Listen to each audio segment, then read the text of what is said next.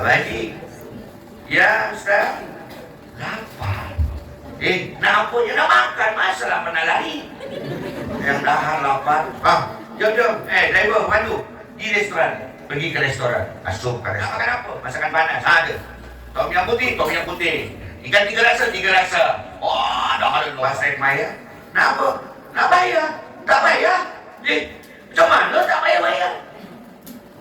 Ampun nak bayar, tadilah meja nombor 8 nak bayar. Tak bayar macam mana? Air jual teh cepat itu toke. Yang kan lupakan toke itu lupakan. Abang ini punya, iya dah. Apa hal bayar? Nah mereka yang bayar pada restoran air. Oh, aman itu. Hanya kalau itu apa? Sorry. Ini maju. Kenapa dia Ustaz ni mengantuk-antuk? Macam pening. Ya pening lah orang Indonesia. Lepas makan tak merokok, macam masuk Mekah tak pergi Madinah. Oh, masuk Rai Runcit. Rai Runcit ni kos tidur mata semua. So tadinya baranya cair, rokok je lawan. Dengan Red Maya, tak payah. Nah, tak payah. Habis punya. Oh, nu manehna teu mayar. Aing kieu mah loba nu manehna rek hama. Naon ieu aing cokot. Maju di tidinya teh. Nak makan buah-buahan, ini cokot teu mayar teh nyaho nu manehna.